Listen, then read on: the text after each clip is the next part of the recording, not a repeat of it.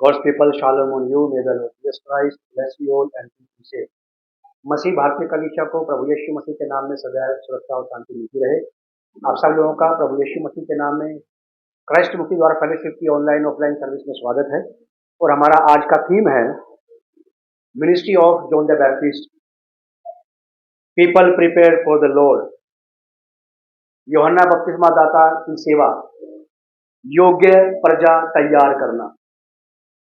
पिछले सप्ताह की बात है ये। आराधना में मैं यहीं पे ऐसे यहाँ पे चल रहा था और मुझे नहीं पता था, पिछली बार जो मैसेज था पास्टर मोदी राठौर ने दिया था और मैं नहीं जानता था कि जॉन द बैप्टिस्ट के बारे में बात कुछ करेंगे, यूहन्ना के बारे में कुछ बात करने वाले हैं वो।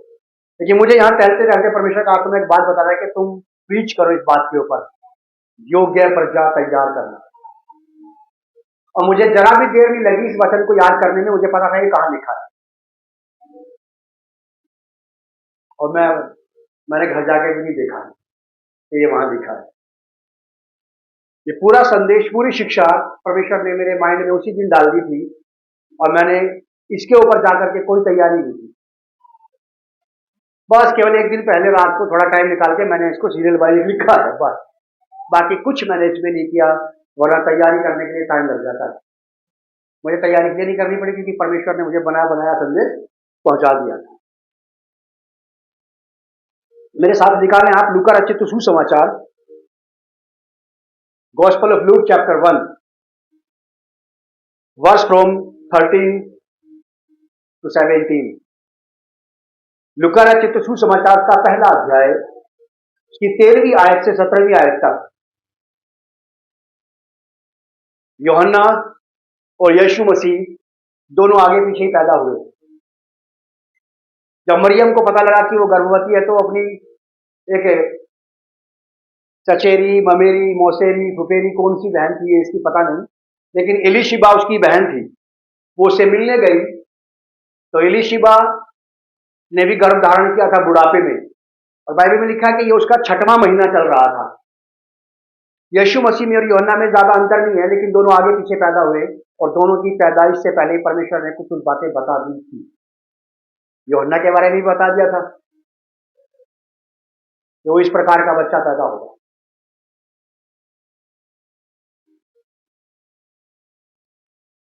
लिखा है यहाँ पे Gospel of Luke chapter 1 verse from 13 to 17। लिखा है कि परंतु स्वर्गदूत ने उससे कहा, हे जकरिया भयभीत ना हो, क्योंकि तेरी प्रार्थना सुन ली गई है और तेरी पत्नी इलिशिबा से तेरे लिए एक पुत्र उत्पन्न होगा और तू उसका नाम यूहन्ना रखना। यीशु मसीह के अलावा ये भी एक बच्चा है जिसका नाम बताया गया है, इसका नाम यूहन्ना रखना। उस बच्चे से तुझे आनंद और हर्ष होगा। बच्चा तेरी शर्मिंदगी का कारण नहीं बनेगा। देख रहे हो आप, बच्चा तेरे सर झुकाने का कारण नहीं बनेगा कहीं पे। ये तुझे किसी के भी सामने यूं नहीं खड़ा होना पड़ेगा जब आपके बच्चे की बात हो। अट्रैक्ट करती हैं ये चीजें। ऐसा ही रूथ के बारे में भी कहा था बोआज को कि तुझे शांति मिलेगी इससे रूथ की। कई लोग कहते हैं कि पत्नी यानी घरवाली कलेश का कारण बन गई, लेकिन कईयों के लिए पत्नी बड़ी शांति का कारण भी है। हाथ मत उठाना, तो घर जाके खैर नहीं है।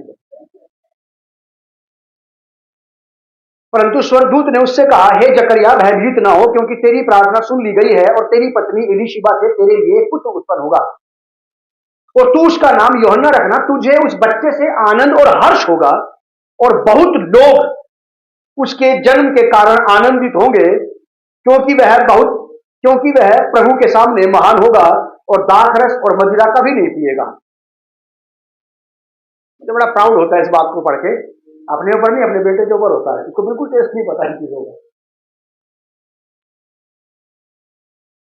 मैं उससे पूछता हूँ, हम कुछ नहीं पापा, कभी टेस्ट नहीं हो। मजा आ गया तेरे साथ बात करके। टेस्ट ही नहीं पता बीड़ी सिगरेट तंबाकू शराब का क्या होता है। बहुत सारे बच्चे हैं ऐसे जिनको वास्तव में नहीं पता, और यदि वो ऐसे रहे तो बहुत ही अच्छा है। और यदि किसी कारण से बिगड़ जाए तो कोई बात नहीं, फिर भी एक रास्ता है। कौन है वो? प्रभु यीशु मसीह फिर से रीसेट करता है वो। एक बार फिर से सेटिंग बैठा देगा सही, उजड़ी बर्बाद जिंदगी होती है। लिखा कि वह मदिरा कभी ना पिएगा और अपनी माता के गर्भ ही से पवित्र आत्मा से परिपूर्ण हो जाएगा और इजराइलियों में से बहुतेरों को उनके प्रभु परमेश्वर की ओर फेरेगा। वह एलिय्याह की आत्मा और सामर्थ्य में होकर उसके आगे आगे चलेगा कि पितरों का मन बाल बच्चों की ओर फेर दे और आज्ञा ना मानने वालों को धर्मियों के मार्ग पर आज्ञा ना मानने वालों को धर्मियों की समझ पर लाए और प्रभु के लिए एक योग्य प्रजा तैयार करे। ये है जॉन द बैप्टिस्ट का काम। अभी पैदा नहीं हुआ, होगा। पैदा होने से पहले ही इसका जॉब, इसका वर्क, इसका काम स्वर्ग से अपॉइंट था। परमेश्वर के पास पहले से प्लान था। बहुत सारे लोग इस बात को जानते हैं, कहते हैं कि परमेश्वर ने मुझे मां के गर्भ से चुन लिया है, बहुत अच्छी बात है। लोग ये भी कहते हैं कि परमेश्वर ने मुझे जगत की उत्पत्ति से पहले चुना, ये भी बहुत अच्छी बात है। लेकिन हम में से बहुतों को नहीं पता कि परमेश्वर ने मेरे लिए काम क्या रखा है।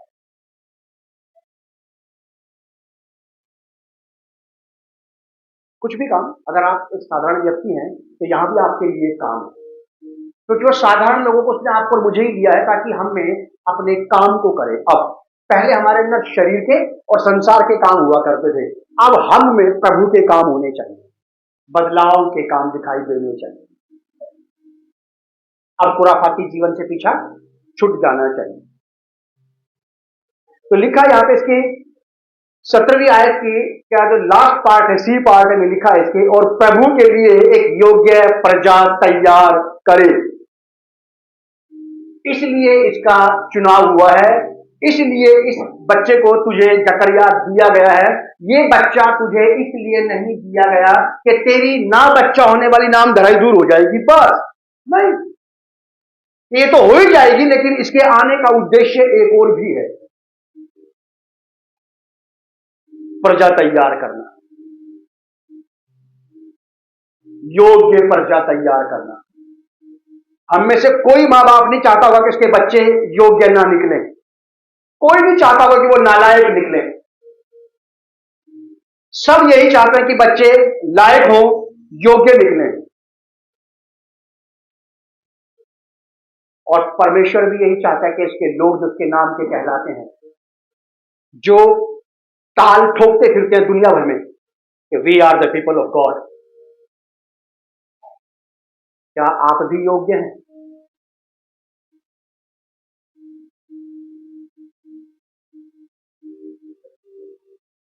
योग्यता सभी को पसंद है। आप नौकरी का फॉर्म भरेंगे, वहां भी आपकी योग्यता के लिए फॉर्म होगा, क्या क्या योग्यताएं हैं आपके अंदर। अगर आप उस नौकरी के योग्य हुए तो नौकरी आपको मिल जाएगी, वरना आपको घर वापस भेज दिया जाएगा। नहीं, आप कहीं भी भर्ती होने के लिए जाइए, एक फॉर्म होता है, वहां पे नौकरी का फॉर्म दिया जाता है, तो योग्यता चेक की जाती है वहां पे, एबिलिटीज जिसे कहते हैं।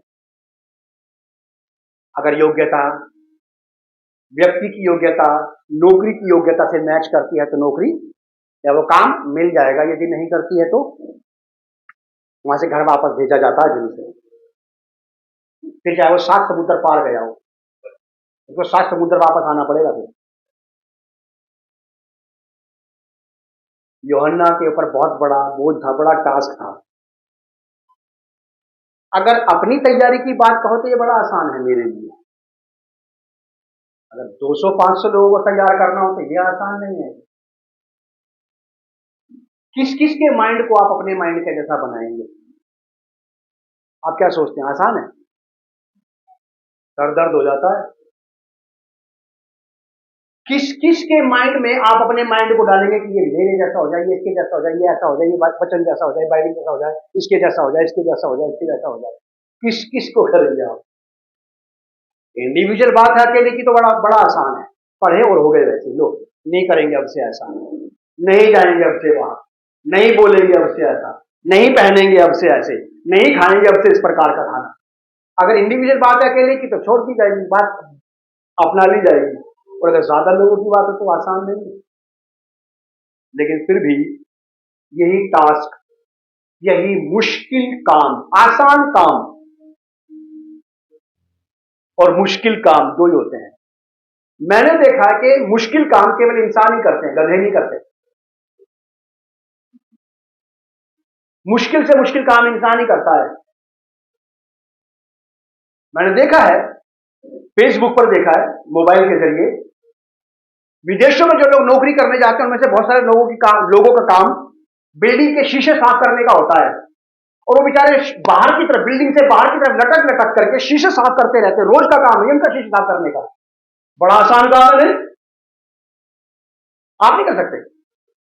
अरे कैसी बात है, सीढ़ी लगा के कर दो। देख रहे हो आप, और बिल्डिंगें 100 से ज्यादा मंजिल की होती है, वो 150 मंजिल की, 250 मंजिल की, 300 मंजिल की, ऐसे ऐसे होती है। मैं उसको देखता हूँ कि यार क्या बात है यार, ये कर सकता तो क्या मैं नहीं कर सकता? मैं भी कर सकता हूँ। मेरा काम भी आसान थोड़ी है, बड़ा मुश्किल काम है। बहुतों के दिलों तक पहुंचना, बहुतों के दिमागों तक पहुंचना, बहुतों के विचारों तक पहुंचना, और उनको उन विचारों से बाहर निकालना जो जायज नहीं है।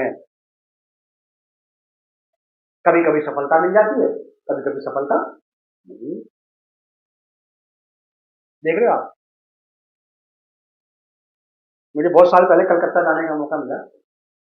मैं गया कलकत्ता, हावड़ा स्टेशन पे ट्रेन रुकी और वहां से बाहर आए। लोगों ने बोला कि यहीं से टैक्सी पकड़ दो। मैंने कहा यहाँ से नहीं पकड़ते टैक्सी, बाहर से पकड़ लेंगे। क्यों?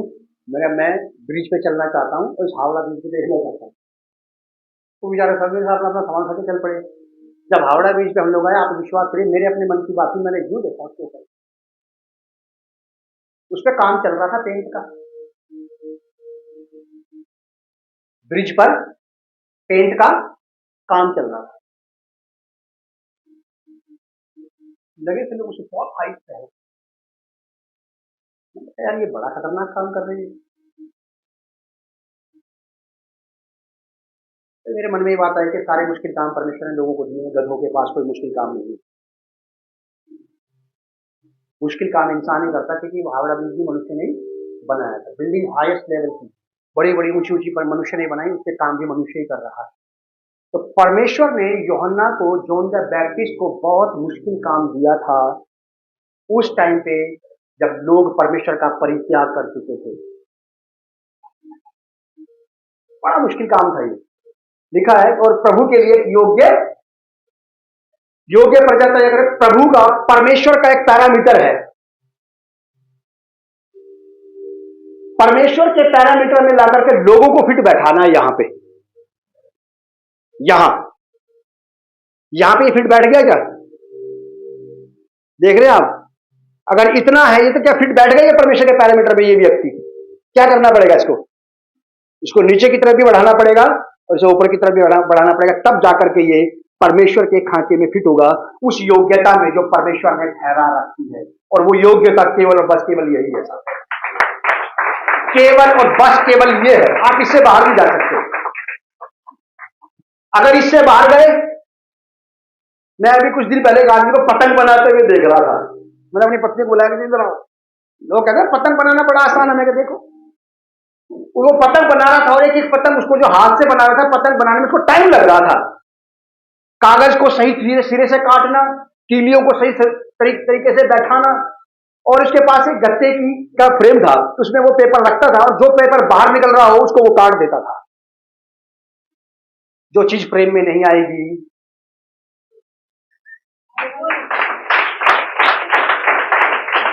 जो कुछ फ्रेम में नहीं रहेगा,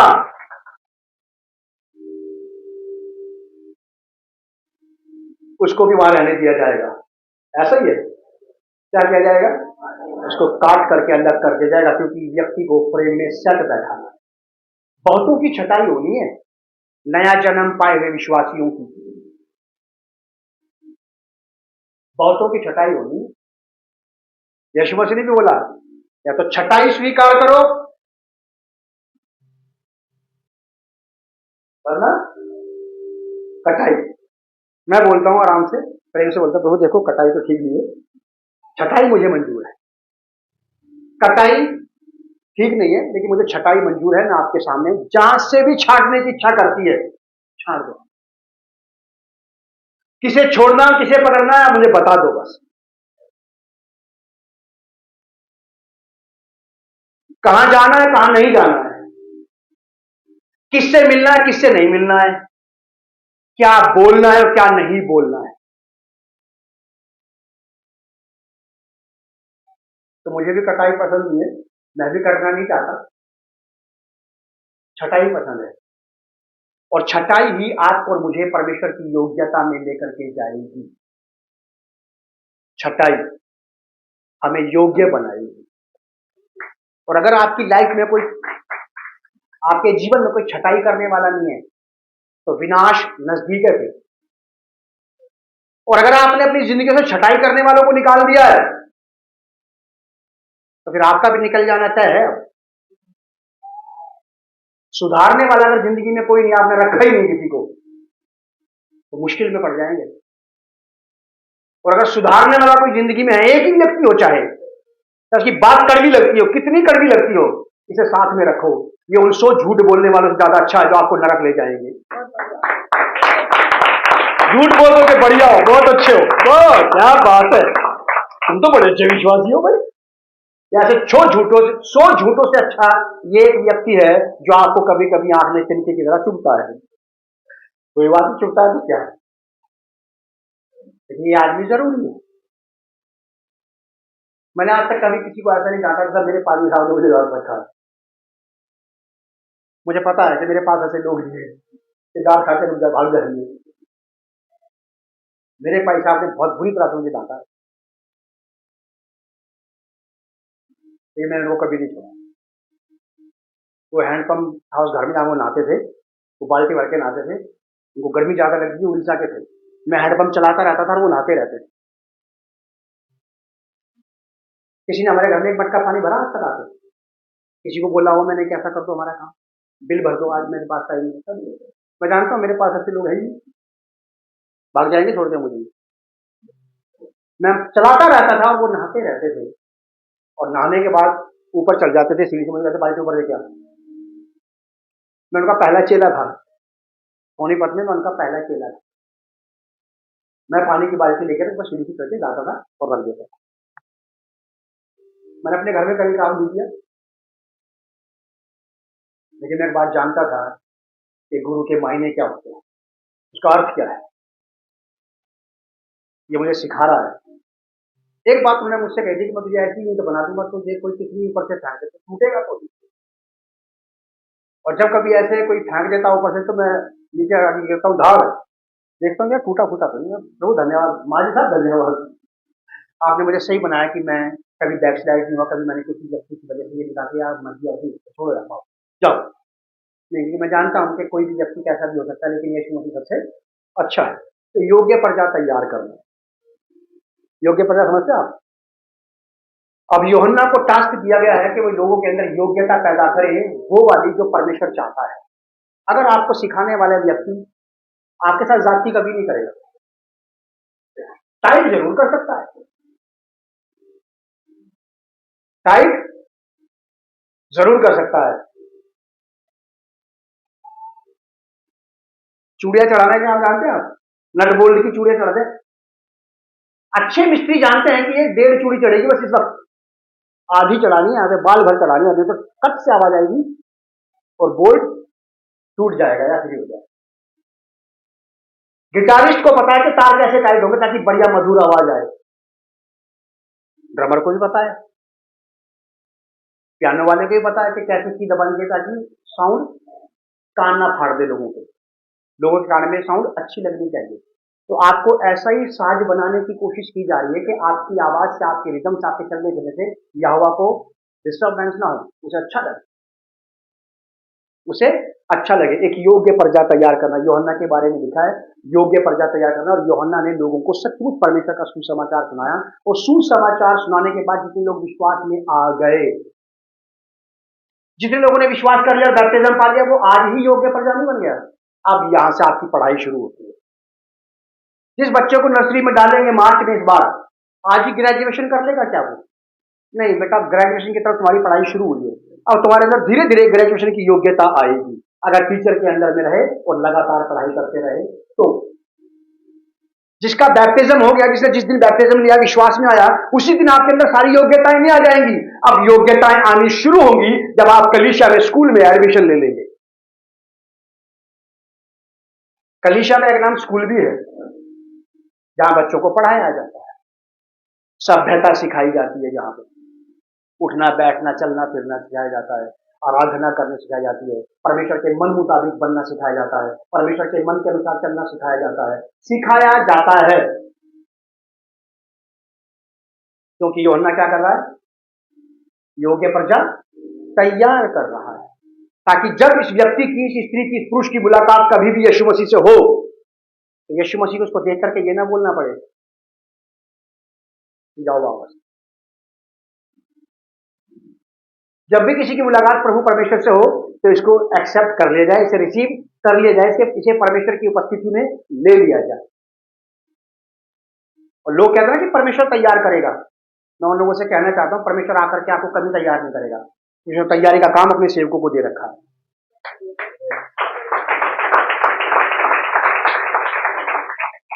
आप याद रखिएगा कि सेवक परमेश्वर का और परमेश्वर सेवक का काम कभी नहीं करेगा। झूठ है ये। जो लोग कहते हैं कि मुझे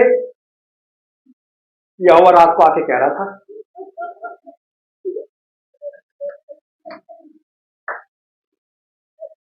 ये यहोवा कह रहा था रात को आके, हाँ कह रहा होगा, क्या किया जाए, हम क्या कर सकते हैं अगर यहोवा ने कुछ बोला है। लेकिन मैं एक बात को सोचता हूं परमेश्वर के वचन के अनुसार, कि परमेश्वर वो वाला काम जो परमेश्वर ने सेवकों को दे रखा है, वो तो सेवकों से करवाएगा। आप उसके सेवकों को काट करके अपनी जिंदगी से अलग नहीं कर सकते। आप उसके सेवकों को छोड़ करके उनका इनकार नहीं कर सकते, छोड़ दो उनको, रहने दो यार, हम अपने आप ही बढ़ जाएंगे, प्रभु हमें बढ़ा देगा। ऐसे कैसे बढ़ा देगा? बढ़ाने वाला तो परमेश्वर ही है। लेकिन जिन शिक्षकों को यहाँ छोड़ रखा जमीन पे, वो कहां जाएंगे? अगर यहोवा को सब कुछ कर लेना था, तो फिर वो लोगों को क्यों ले आया? अगर किसी स्कूल में टीचर की जरूरत ही नहीं है, तो फिर इतना बड़ा साथ लेने की क्या जरूरत है? बच्चे अपने आप ही खेल कूद के पढ़ के बढ़ के जवान हो जाते। लेकिन जो अपने आप ही खेल कूद के पढ़ के जवान होते हैं ना, वो आड़े टेढ़े होते हैं। याद रखना मेरी बात को आप, आड़े टेढ़े होते हैं, फिर वो उनका शेप नहीं बनता, फिर शेप में नहीं रहते, वो सही शेप में नहीं रहते। कितने लोगों ने देखा मिस्त्री को काम करते हुए, घर बनाने वाला मिस्त्री, उसके पास बहुत सारे औजार होते हैं। क्या क्या होता है? करनी, बसोली, फावड़ा, साहुल भी होता है उसके पास। साहुल साहुल काम आता है टेढ़ी मेढ़ी दीवारों, ईंटों को सही करने के। और वचन बाइबल में ऐसा लिखा है, इतिहास की किताब में, कि परमेश्वर का वचन साहुल है। पढ़े किसी ने बाइबल वाली बात? पढ़ी ना? बहुत कम लोगों ने पढ़ी। बाकी लोग बाइबल नहीं पढ़ते क्या? या अपने काम की बात पढ़कर निकल जाते हैं, बस खुदा आशीष दे, बरकत दे। साहुल बाइबल में लिखा, यहोवा कहता है कि मैं इजराइल पर साहुल लटका दूंगा। साहुल लोहे का लट्टू होता है, उसमें धागा होता है, और जितनी ईंटें दीवार में सही सेटिंग से नहीं बैठती, कुछ को ठोक के अंदर करता, कुछ को ठोक के बाहर करता, ताकि पूरी दीवार बिल्कुल सपाट आ जाए। मिस्त्री साहब है, आपको बताया आपको नहीं? साहुल इस काम तो आता है। साहुल ईंटों को ठोकने के काम आता है। अगर आप में से कोई भी ठुका ही नहीं चाहता, तो आप कभी भी परमेश्वर की दीवार में सही सेटिंग में तो नहीं बैठोगे। आप सेट नहीं बैठ सकते साहब। इसलिए यहां हमेशा याद रखिएगा कि आपको बढ़िया बनाने के लिए यहां काम किया जाएगा, जमीन पे, कलीसिया में, यहां पे, वहां पे नहीं। वहां तो आपको बस परखा जाएगा कि कितना काम है इसके अंदर। सारे काम यही होने हैं, वहां बस केवल आपको परखा जाएगा। ठीक वैसे से बच्चे घर में स्टडी करते हैं, घर में पढ़ाई करते हैं, और एग्जाम हॉल में बस केवल उनको छोड़ दिया जाता है कि क्या सीख के आए हैं। अब इसकी सारी एबिलिटी समझ में आ जाएगी, कितना योग्य स्टूडेंट है। और जब नंबर आएंगे तब और पता पड़ जाएगा, तब और पता पड़ जाएगा। योग्य प्रजा तैयार करना यूहन्ना के पास बहुत बड़ा टास्क था। अलग अलग दिमाग के, अलग अलग मन विचार के, अलग अलग विचारधारा के, अलग अलग जाति समाज समूह कुल गोत्र के लोग, सब एक जैसे नहीं है। एक ही परिवार के, एक ही ब्लड के लोग होना तो बड़ा आसान है, समझा लेना। अलग अलग विचारधारा के लोग हैं हम, अलग अलग पृष्ठभूमि से आए हम लोग, अलग अलग एजुकेशन है, हमारी हाइट वेट सबका अलग अलग है, सबका मन मिजाज, सबका स्वभाव फर्क फर्क है। सबको एक प्लेटफॉर्म पे लेकर के आना, योग्य प्रजा तैयार करना, सबको इक्वेलिटी में लेकर के आना, सबको एक व्यक्ति बना देना, 100 को एक बना देना। इतना आसान तो बाइबल में मैंने पढ़ा है पुराने नियम में कि जब इजराइलियों के ऊपर संकट आया, उन्होंने युद्ध की तैयारी की, तो बाइबल में ऐसा लिखा कि वो एक पुरुष कैसे हो गए। पढ़ा ना आपने? मेरी अर्जुन भाई की इस बात में बहुत बार बात हुई, एक पुरुष कैसे हो गए? इतने लाख लोग एक आदमी कैसे हो सकते हैं? हो सकते हैं यदि उनकी समझ में सारी बात आ जाए। उनको समझ में आ गया था कि अगर इस वक्त लड़ने के लिए एक नहीं हुए तो मार डाले जाएंगे, और अगर एक हो गए तो सचमुच जीत जाएंगे। एक एक जैसा हो जाना, एक मन का सा हो जाना, एक व्यक्ति के समान हो जाना। एक आदमी को बड़ा आसान है मोड़ लेना अपनी तरफ, 10 लोगों को मोड़ना उतना आसान नहीं है। मेरे लिए भी नहीं है, भले पादरी हूं, मेरे लिए भी मुश्किल है कलीसिया के 20 लोगों को अपने साथ ले लेना, क्योंकि 20 दिमाग है, 20 दिल है, 20 विचारधाराएं हैं, किस किस को कंट्रोल करेगा? इतना बड़ा टास्क। फिर भी ये बेचारा पादरी काम करता ही रहता है, इस आशा से प्रभु आज नहीं तो कल बदलेंगे तो क्या, तो ये बदल जाएंगे, नहीं तो मैं तेरे पास आता हूँ, 2 में से ही काम होगा। बिस्तर में लेट के भी ये वाली बातें दिमाग में चलती रहती है, आखिर कैसे, आखिर कब बदलेंगे ये? मैंने नहीं सोचा था मन ऐसा हो सकता है मेरे लिए, ऐसा कैसे? एक बड़ा मुश्किल टास्क है ये, एक योग्य प्रजा तैयार करना। ये योग्यता वचन से आएगी, पवित्रता से, धार्मिकता से, आज्ञाकारिता से, आधीनता से, समर्पण से। सिखाएगा यूहन्ना यहीं से ही। जब किसी का बैप्टिज्म हो गया और वो विश्वास में आ गया, तो आज ही आपके अंदर योग्यता नहीं आ गई, अब धीरे धीरे योग्यता आएगी, जैसे आप सीखते जाएंगे।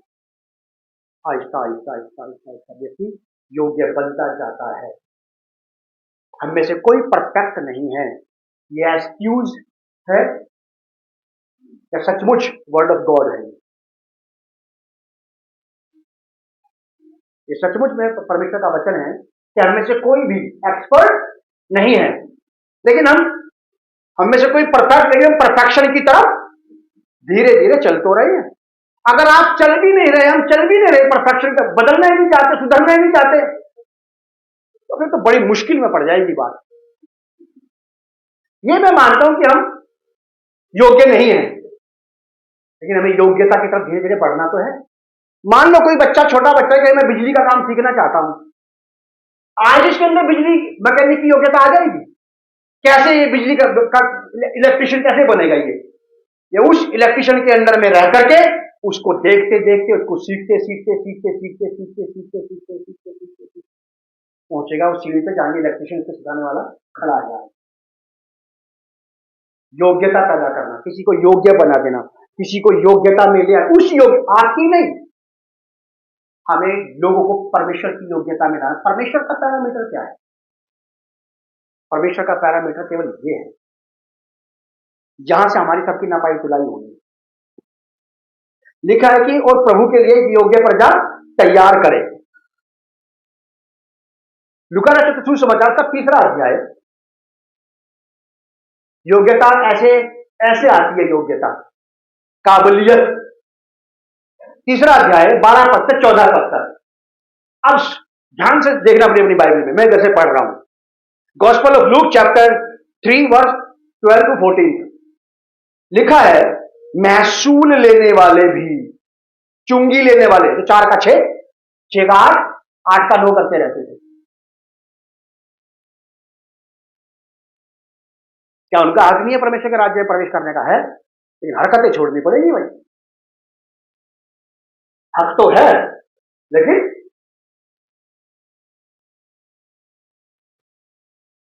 मैंने नहीं कही ये वाली बात, कहीं बाहर निकल के मेरी बुराई करने लगे एक दूसरे से। बाइबल में लिखा है ऐसा, महसूल लेने वाले भी बपतिस्मा लेने के लिए आए, और उससे यानी कि जॉन द बैप्टिस्ट से, यूहन्ना बपतिस्मा देने वाले से उन्होंने पूछा कि हे गुरु, हम क्या करें? अब बपतिस्मा ले लिया हमने, पापों से माफी पा ली, पापों का अंगीकार कर लिया, पाप छोड़ दिया, पाप नहीं करेंगे, बैप्टिज्म ले लिया है, हम तो नौकरी चाकरी वाले लोग हैं, हमारे यहां तो बहुत बड़ा अजीब माहौल रहता है, अब हम क्या करें? यूहन्ना ने उनको बोला, उसने उनसे कहा जो तुम्हारे लिए ठहराया गया है उससे अधिक मत लेना। यह है योग्यता पैदा करने वाली बात। घूसखोरी बंद, रिश्वतखोरी बंद कर दो। मैं नहीं कह रहा ये बात, यूहन्ना ने कही थी उन लोगों से। अब इन महसूल लेने वालों ने बपतिस्मा तो ले लिया, अब ये परमेश्वर के खांचे में कैसे फिट होंगे? कौन लाएगा इनको इस खांचे के अंदर? ये अपने आप ही आएंगे क्या? हमें से कोई अपने आप नहीं आ सकता। मैं गारंटी देता हूं, मेरा 30 साल का क्रिश्चियन होने का अनुभव है, लाया जाता है सबको। अब यूहन्ना इनसे कह रहा है ये वाली बात कि जो तुम्हारे लिए ठहराया गया है, जो कुछ ठहराया गया है वही लेना, उससे ज्यादा मत ले लेना। अब इनके अंदर इससे योग्यता पैदा होगी। एक व्यक्ति जक्कई जैसा की जिंदगी गुजर गई लोगों को 4 CBC से पैसे ऐंठने से, और जब यीशु मसीह से उसकी मुलाकात हुई तो उसने क्या बोला? मैं कितना फेर दूंगा, कितना गुना? मतलब कोई है ऐसा आदमी जिसको अपने पाप का सेंस है कि मैं मुझे 4 गुना पाप का अंगीकार करने की जरूरत है? मुझे मेरे 30 साल के मसीह और सेवकाई के जीवन में एक भी ऐसा विश्वासी नहीं मिला आज तक जिन्हें यह कहा कि मुझे 4 गुना ज्यादा पापों का पश्चाताप करने की आवश्यकता है। मैंने बाइबल में जक्कई के अलावा तक कोई नहीं देखा था, सब खुले दिल का आदमी था। जिनकी बाईपास सर्जरी हो रखी है ना, वो भी खुले दिल के नहीं है।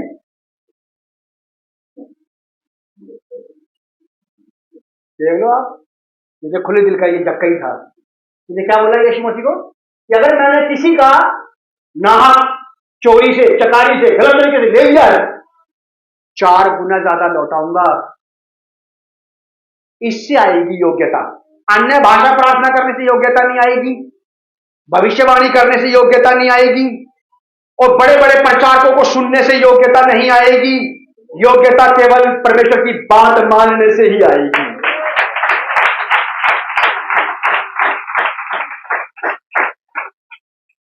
जो मेरी योग्यता को नापेगा, मुझे उसके सामने योग्य होने की आवश्यकता है, और वो मुझे कहीं पे भी देख लेता है। वो मुझे, आपको अच्छी लगती है ये वाली बात कि प्रभु यहां है? कितने लोगों को अच्छी लगती है ये वाली बात? अच्छा, हाथ खड़ा करके दिखाओ।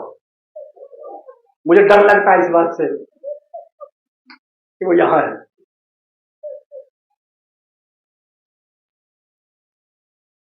मन में आदमी बोलता है प्रभु कहीं छोड़ोगे नहीं? जरा मैं तुझे कहीं नहीं छोड़ूंगा। अगर आपको लगता है आपके घर में है, आप अपने घरों में फिर भी उल्टी सीधी हरकतें कैसे कर सकते हो यार? अगर आपको लगता है कि वो आपके साथ है, फिर भी आप और मैं किस प्रकार से ऐसी बात, ऐसा व्यवहार कर सकते हैं, ऐसा जीवन जी सकते हैं जो उसको पसंद ही नहीं है? मुझ में इतनी हिम्मत नहीं है कि जो बात मेरी पत्नी को पसंद ना हो मैं वो वाली बात कर जाऊं। डरता नहीं मैं उससे, मैं उसका रिस्पेक्ट करता हूं, उससे प्रेम करता हूं कि उसको बुरा ना लगे मेरे इस बड़े व्यवहार से, मेरी इस बात की वजह से मेरी पत्नी टेंशन में ना आ जाए। बस। तो मुझे इस बात का भी सेंस होना चाहिए कि मेरी इस बात से यीशु मसीह को बुरा नहीं लगना चाहिए। तो ये लोग आ गए वहां पे और उससे पूछ रहे, यूहन्ना से बपतिस्मा देने वाले बाइबल टीचर है, पादरी साहब क्या करना चाहिए? कि देखो भाई ऐसा है, तुम तो मांग नहीं रहे, किसी को जबरदस्ती दे रहा तो ले लो। कि पादरी को पता इसका आधा हिस्सा, इसका कुछ बात। ये पादरी साहब भी याद रखें कि चोरी के पैसे से चोरी आ रही तुम्हारे घर में। पता लग जाए तो ठीक है, नहीं पता लगा तो उसके लिए शुद्धता की प्रार्थना करनी चाहिए। प्रभु मुझे नहीं पता है आदमी कहां से लाया, इस पैसों का आप शुद्ध कर देंगे, मेरे इसका कोई साइड इफेक्ट मुझ पर, मेरी पत्नी बच्चों पर नहीं होना चाहिए। मैं अपने सारे पैसे के लिए पैसे के शुद्धिकरण की प्रार्थना करता हूँ।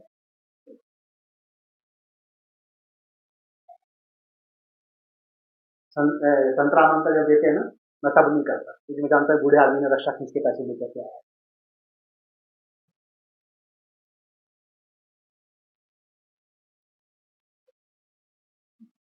योग्यता नाप तो दी जाएगी हमारी, जब एक योग्य प्रजा तैयार करना। उन लोगों ने आकर के बोला कि हम क्या करें? 13वीं आयत में लिखा है उसने उनसे कहा जो तुम्हारे लिए ठहराया गया, जो जो तेरा मेहनताना ठहराया गया है, बस कि उससे ज्यादा अगर कोई दे तो उससे ज्यादा कोई जबरदस्ती तुझे देता, वो उसकी अपने देने वाले की इच्छा है। तो कभी कभी मैं भी किसी को अपने काम करने वाले को थोड़ा एक्स्ट्रा दे देता हूँ जब मुझे काम करके खुश कर देता है। काम बढ़िया सर्विस कर दिया आपने, गाड़ी की चमका दी, ये 100 रुपये मिलते हैं, दिल लगा के काम किया, ये होती है बात। लेकिन वरना जो ठहराया गया है आप वही लेना। अगर पैरामीटर में फिट बैठना है तो जिन बच्चों की सरकारी नौकरियां नहीं लगी वो अभी से सीख लें। हाँ, इस आशा के साथ कि तुम्हारी सरकारी नौकरियां लगेंगे, परमेश्वर तुम्हें ऐसे पद पे पहुंचाएगा और तुम्हें वहां पे ईमानदारी की गवाही देने के we are belonging to the Christ.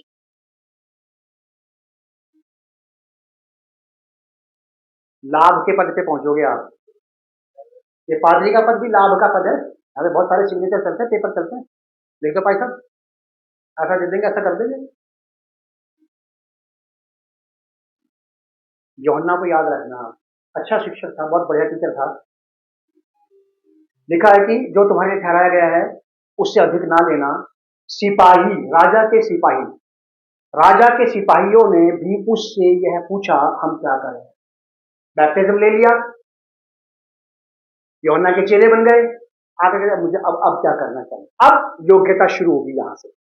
उसी दिन नहीं आ गई योग्यता जिस दिन उन्होंने बैप्टिज्म लिया, अभी तो पैदा हुए हो तुम, अभी तो तुम्हारी शिक्षा शुरू होगी, अभी तो तुम टकराओगे अपने शिक्षक से, अभी तो तुम अपने शिक्षक का निरादर करना भी बाकी है, अभी तो वो भी करेंगे ना, ये करते तो नहीं। लिखा है कि सिपाहियों ने भी उससे यह पूछा हम क्या करें। उसने उनसे कहा किसी पर उपद्रव, उपद्रव का मतलब होता है किसी पर अत्याचार करना, अत्याचार मत करना। सिपाहियों से कह रहा है ये वाली बात नहीं, राजा के सिपाहियों से, क्योंकि राजा के सिपाहियों के पास भी पावर अथॉरिटी थी घूस लेने की और जबरदस्ती किसी को कहीं पर फंसा देने की। कुछ का कुछ बोल दिया, सर अब ये भी पकना बंद करो इधर उधर जाकर के, इसका उसका तेरा मेरा कुछ कुछ बोलते फिर रहे हैं, ये भी तो कह रहा है वो। कहता है कि सिपाहियों ने भी उससे यह पूछा हम क्या करें। उसने उनसे कहा किसी पर उपद्रव ना करना और ना झूठा दोष लगाना, झूठ मत बोलना किसी के भी बारे में, झूठी बात से, झूठी विचारधारा से बच के रहना। शैतान का काम है हमें कलंकित करना, हमें दूषित और अशुद्ध करना, और परमेश्वर के लोगों का, परमेश्वर के वचन का काम है हमें योग्य व्यक्ति बनाना, ताकि हम परमेश्वर के सामने योग्यता में आ जाए। उसकी योग्यता की परमेश्वर में देख करके क्या कर ले, पसंद कर ले। लड़के को लड़की दिखाई जाती है और लड़की को लड़का दिखाया जाता है, कि बाकी बातें बाद में होंगी, पहले तुम डिसीजन लो, अभी मुझे पसंद नहीं है, खत्म करो बात, हाँ भी मुझे पसंद है, बात आगे बढ़ाओगे। परमेश्वर भी हमारी योग्यता को ऐसे देखेगा, अगर हम योग्य निकले तो हमारे साथ आगे बढ़ेगा, अगर नहीं निकले तो आगे नहीं जाएगा हमारे साथ।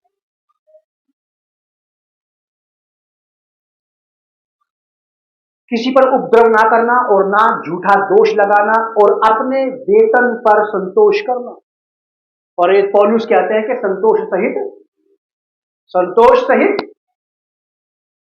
भक्ति बड़ी कमाई है, और ऐसा लिखा है बाइबल में।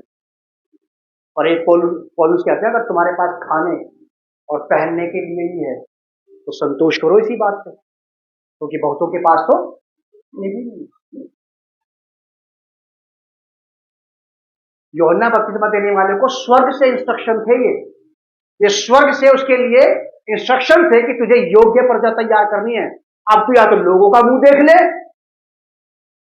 क्योंकि यूहन्ना तुझे मुलाकात मुझसे भी करनी पड़ेगी आखिरी में, फिर मैं बताऊंगा तुझे कि तू टीचर सही निकला या तू भी घूसखोर टीचर निकला, पैसे ले लेकर के लोगों की बुराई में पर्दे डालता रहा।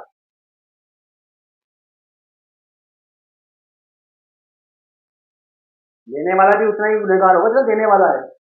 अगर समझ में आ जाए कि ये ठीक नहीं चल रहा है यहाँ, तो बात कर लेनी चाहिए सेवक को कि आप गलत कर रहे हो।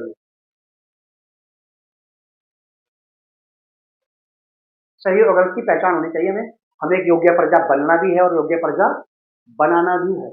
आपने जितने लोग पादरी प्रचारक नहीं, आपके पास पत्नी है, बच्चे हैं घर में, आप भी कोशिश करो कि अपने घर के अंदर एक योग्य प्रजा तैयार करो परमेश्वर। पत्नी बच्चों को नियंत्रित रखते हो, अपने आप को नियंत्रित रखते हो। किसी पर उपद्रव ना करना, ना झूठा दोष लगाना, और अपने वेतन पर संतोष करना था। चाहे महीना पूरा हो रहा है या नहीं हो रहा, उस पैसे में इससे कोई अंतर नहीं पड़ता। अगर इतनी कमाई में हमारा पूरा महीना नहीं हो रहा तो क्या करें? हत्या करना शुरू करें, लोगों जेब काटना शुरू करें क्या? चाहे लोगों के गलों में से चेनें खींच के भाग जाए,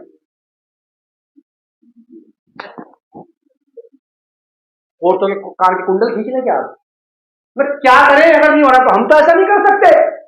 अगर हमारी लिमिट सीमित कमाई में हमारा गुजारा नहीं हो रहा है, हम यहोवा को पुकारेंगे जो हमें अपराध करने से बचाएगा और फाइनेंशियल इंक्रीमेंट भी देगा।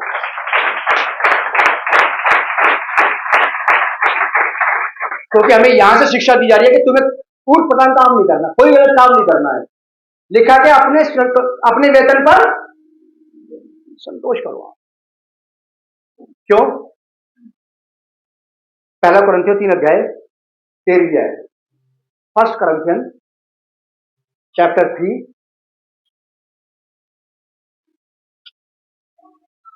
वर्स 13। संतोष करना मजबूरी भी है हमारी। अगर संतोष करने की इच्छा नहीं है ना तो मजबूरी बन जाएगा। ये 13वीं आयत पढ़ते ही, 13वीं आयत पढ़ती हमारी मजबूरी बन जाएगा, हमें करना ही पड़ेगा ऐसा।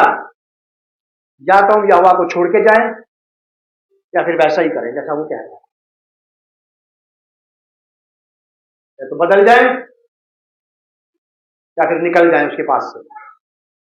अगर उसके साथ साथ रहे और बदलाव नहीं आया तो वो रहने नहीं देगा इतनी आसानी से हमें अपने साथ। अपने वचन के द्वारा, अपने आत्मा के द्वारा हमें कोसता रहेगा वो। बदल जाओ, मान जाओ, सुधर जाओ।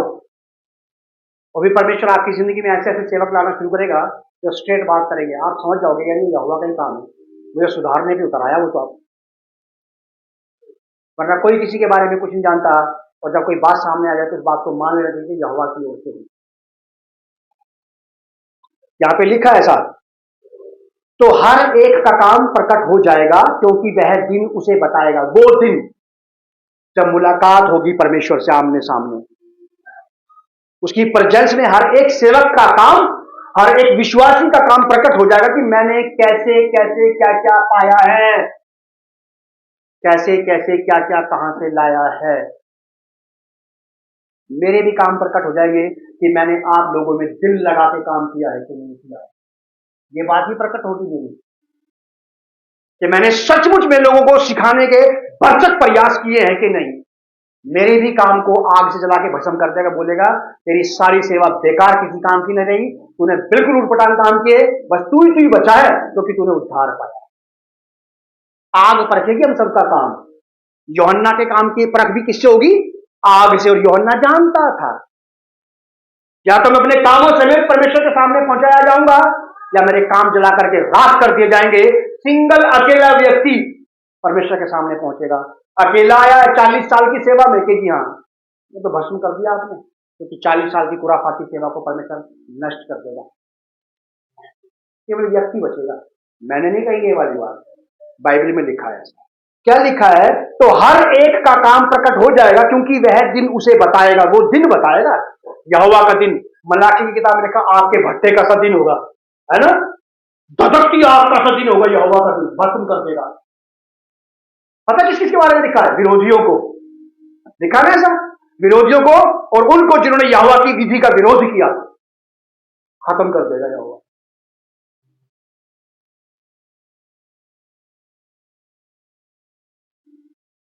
वो दिन बताएगा साहब। आज तो सही है, आज तो बच के निकल गए, तो ये तो चर्च का दिन था, लेकिन यहोवा का दिन भी आएगा। आएगा यहोवा का दिन, मेरी जिंदगी में भी आएगा और आपकी जिंदगी में भी आएगा, और हर एक विश्वासी और अविश्वासी दोनों की जिंदगी में आएगा, और हर एक के काम की परख होगी आज से। योग्य रहे तो जलने से बच जाएंगे, और अगर नहीं रहे तो जल करके सारे काम नष्ट हो जाएंगे। लिखा है ऐसा, तो हर एक का काम प्रकट हो जाएगा क्योंकि वह दिन उसे बताएगा। इसलिए कि आग के साथ प्रकट होगा और वह आग हर एक का काम परखेगी। यूहन्ना का भी काम परखेगी वो आग। यूहन्ना जानता था मुझे टास्क दिया गया है योग्य लोग तैयार करना, जो परमेश्वर के सामने बेझिझक आराम से खड़े रह सके और यहोवा उनको देख करके कहे, आ मेरे विश्वास योग्य बेटे हुए मेरे राज्य में शामिल हो। मैं आपको अपने घर का सदस्य थोड़ी बनाना चाहता हूं, मैं आपका पैसा भी लूटना नहीं चाहता। मैं बस ये वाली बातें इसलिए बताना चाहता हूं क्योंकि एक दिन आपकी मुलाकात वहां पे होगी उससे। और अगर आपने मना किया कि नहीं मैं नहीं जानता, मुझे कुछ बताया नहीं पादरी साहब ने, बाइबल में लिखा कि वहां की जमीन मुंह खोल करके बोलेगी कि इसे सब कुछ बताया गया कि घर में बैठ करके, और एक बात नहीं मानी।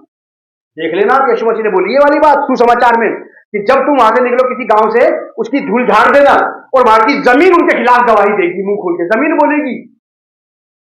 अगर बिलाम की गधी बोल सकती है तो आपके घर की जमीन नहीं बोल सकती क्या? आपके घर का सारे सामान आपके खिलाफ गवाही देगा कि यहां पे बात बताई गई थी, इसने ही नहीं मानी। आपकी कुर्सी बोली जिसमें मैं बैठ के बोलता था, आपका वो सोफा जिससे आकर मैं बैठ के बात करता था आपसे, वो मेरे पक्ष में बोलेगा कि आज ने बिल्कुल ईमानदार की बात यहां पे बताई लेकिन उन्होंने नहीं मानी। ये ज्यादा होशियार बन गए, क्या कहते हैं चतरे, ये ज्यादा चतरा बन रहा था, है ना। हर एक सेवक की मजबूरी है कि इसको सही बात बतानी ही पड़ेगी और बतानी ही चाहिए, क्योंकि उसके पास जिम्मेदारी है योग्य प्रजा तैयार करने की, तो परमेश्वर के पैरामीटर में फिट बैठते हैं। हम में से बहुत सारे लोग कलीसिया के लोगों के पैरामीटर में फिट हैं। हम में से बहुत सारे लोग एक दूसरे के पैरामीटर में फिट है। आप मेरे बारे में बहुत बढ़िया आदमी, बहुत अच्छा है, मैं इसके बारे में बहुत बढ़िया है, बहुत अच्छा है। अभी तो हम एक दूसरे के पैरामीटर में फिट है, यहोवा का पैरामीटर तो आया ही नहीं। अभी तो हम एक दूसरे की तारीफ कर रहे हैं, बड़ा आत्मिक है, बड़ी आत्मिक, लड़का लड़की औरत आदमी अच्छा है।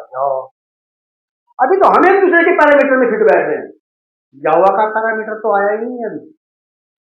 काश वो भी ये बात कह सके आपके लिए कि बहुत गहरी जानकारी है, क्योंकि हमने तो अपनी छाप बैठा रखी ना लोगों में, प्यार से बात कर करके, मुखोटे पहन पहन के सीधे लोग, भैया भैया, हाँ बहुत अच्छा बेचारा थोड़ा टेढ़ा होकर बात करता है बस। योग्य प्रजा तैयार करने का काम है मेरा, आपका भी काम है, क्योंकि आप भी मसीह विश्वासी। अगर आप 20 लोगों को नहीं सिखा रहे तो अपने घर में 4 लोगों को तो सिखा रहे हो, पति को, पत्नी को, बच्चे को। योग्य प्रजा तैयार करने में लग जाओ, क्योंकि हर एक का काम आग से परखा जाएगा। और बहुत सारे पादरी खाली हाथ रह जाएंगे, साहब खाली हाथ, इन्होंने किया ही नहीं उस तरीके से काम से करना चाहिए था, ईमानदारी से। शिक्षा का काम,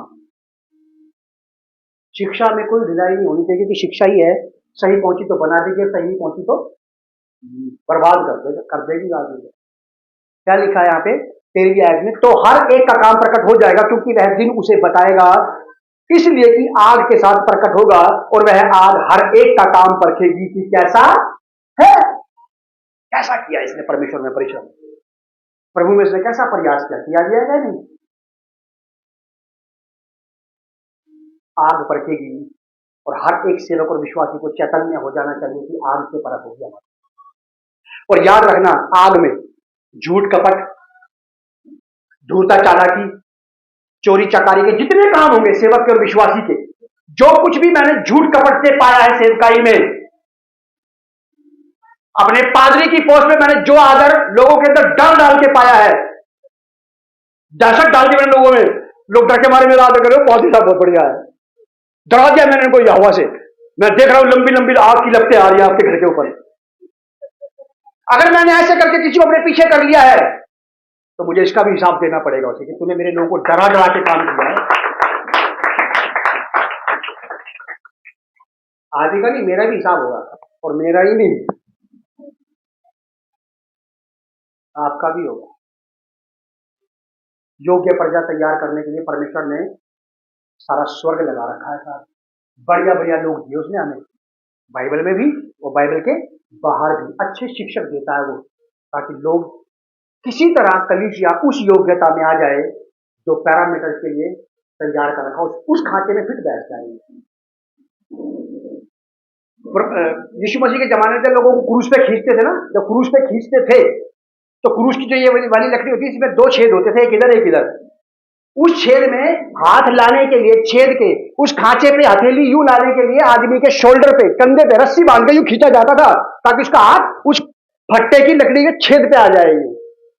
हाथ खींच के बाइबल में लिखा के जोड़ उखड़ गए थे।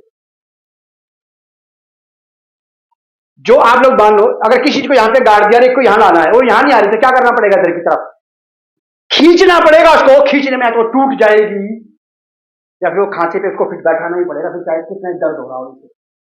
यीशु मसीह के हाथ को खींच के उस कील के छेद के खांचे पे लाया गया था साहब, ताकि कील ठीक से अंदर आर पार हो जाए उसके हाथ में।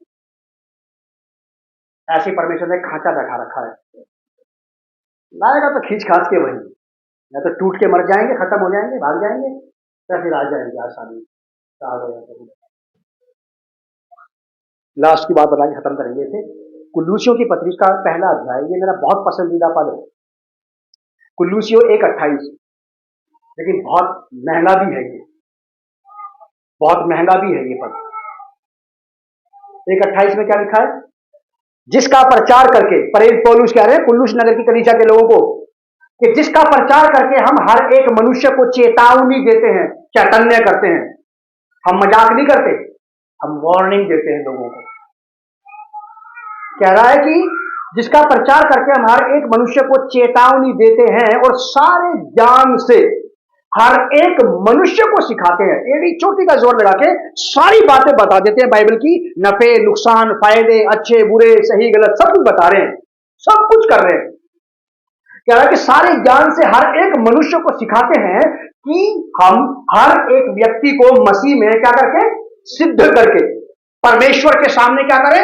उपस्थित, क्योंकि उसकी योग्यता वहां देखी जाएगी और इस व्यक्ति की योग्यता से मेरी योग्यता भी निखर जाएगी। समझ में आ जाएगी परमेश्वर को कि मैं कितना योग्य सिखाने वाला व्यक्ति रहा हूं अपनी जिंदगी में। पौलुस कह रहे हैं बड़ा महंगा पद है, बहुत कॉस्टली है। हर एक को सिखा के तैयार करना है, हर एक वो जो मेरे हाथ में, उनको सिखाना है कि क्या करना है क्या नहीं करना है, कहां जाना है कहां नहीं जाना है, और अपने अपने हिस्से पे अपनी अपनी कमाई पर संतोष करें।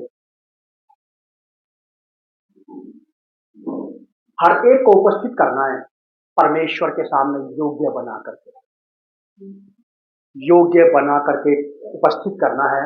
ये क्योंकि हमारा काम तो स्टूडेंट तैयार करना है, एग्जाम तो वही है, वो एग्जामिनर है। एग्जाम हॉल जमीन पे नहीं है, वहीं जाकर के बात बनेगी। जो कुछ यहां सीखा कर रहे हैं ये सचमुच में है कि नहीं है? मैं जैसा यहां आपको दिखाई देता हूं बिल्कुल सीधा साधा, मैं सचमुच में सीधा साधा हूं या नहीं हूं, ये वही पता लगेगा। क्योंकि परमेश्वर एक्सपेक्ट करता है कि योग्य प्रजा ऐसी जो परमेश्वर के तुल्य हो, परमेश्वर के समान, परमेश्वर के मन मुताबिक, परमेश्वर के मन के अनुसार हो, परमेश्वर को पसंद आए, ऐसी बात, ऐसी प्रजा जो परमेश्वर को पसंद आ जाए, तो परमेश्वर को मन को भा जाए। आदरणीय पिता परमेश्वर, प्रभु यीशु मसीह के नाम में आपका धन्यवाद और आपकी तारीफ करते हैं कि आप इसके योग्य हैं, और धन्यवाद देते हैं प्यारे पिता परमेश्वर जॉन द बैप्टिस्ट के जीवन के लिए, जिसने अपना पूरा जीवन आपकी सेवकाई में लगा दिया था। और पिता परमेश्वर आपका धन्यवाद करते हैं कि जॉन द बैप्टिस्ट के जीवन में आपने अपने हृदय को खोल दिया और वो बात हम सबको समझ में आ गई कि आप एक योग्य प्रजा चाहते हैं। पवित्र आत्मा आप सहायता करें दुनिया के तमाम मसीह सेवकों सेवाओं विश्वासी भाई बहनों की, ताकि सचमुच यहोवा के लिए प्रभु के लिए एक योग्य प्रजा तैयार की जा सके, एक ऐसी योग्य कलीसिया तैयार की जा सके जिसे प्रभु देखे मिले और देख करके कहे ये मेरे मन के अनुसार है। तो मैं आपसे प्रार्थना करता हूँ यहां से किए जाने वाले प्रयास और प्रार्थनाएं आपकी वेदी पर ग्रहण हों और कलीसिया में कामयाब हो जाएं। प्रभु अनुग्रह दें कलीसिया के स्त्री पुरुष बच्चे बुजुर्ग जवानों को शरीर संसार शैतान और अपनी मन गढ़ंत कल्पनाएं बातें को ठगने ना पाए। लोग पूरी तरह से प्रभु आपके राज्य में सच्चे और खरे पाए जाएं और योग्य पाए जाएं, ताकि आपके प्रेम में आपके खाते में फिट बैठ सके। प्रभु यीशु के नाम से पिता इस प्रार्थना को हम मांगते हैं, आमीन।